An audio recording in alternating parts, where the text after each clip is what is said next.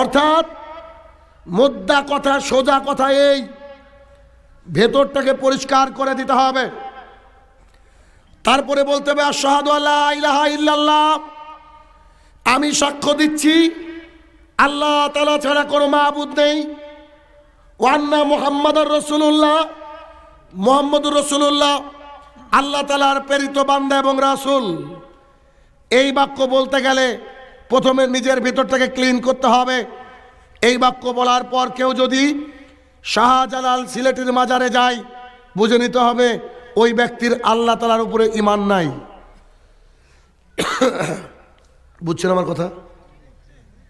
কোন দল, কোন মতকে ভালোবাসতে পারে না একজন মুসলমান আল্লাহ তাআলার ভালোবাসার জায়গায়। তাই বলে আপনি কি আপনার মা বাবাকে ভালোবাসবেন না? জি, মা বাবাকে ভালোবাসবো, ওইলে যে ভেতরে শোকেস, আলমারি, এগুলা। কিন্তু যে মূল জায়গা, গোটা একটা ঘরের সবচেয়ে বেশি জায়গাটা খাটটাই নেই, ঠিক না?